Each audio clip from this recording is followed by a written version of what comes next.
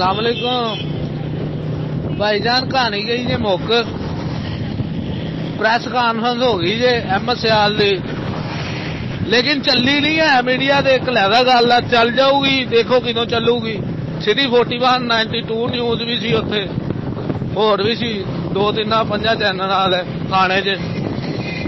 उन्हें गल की है जी 4 लाख रुपया, सॉरी 4 लाख बुकिंग मोटरसाइकिलों की की है, जिहदा 13 अरब रुपया कंपनी ने वसूलिया। 13 अरब रुपया वसूलिया वा।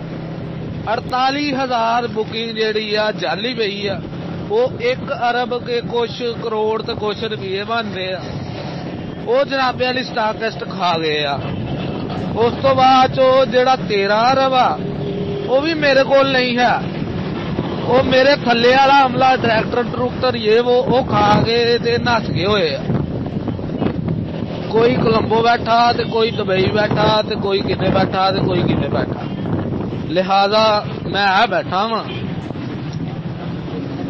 मेरे को कोई रुपया नहीं, जो हुंदा जे कर लो। फिर ओदी गलबात ही ठोक गए नाल, उन्हें नवे भी ठकाते आ।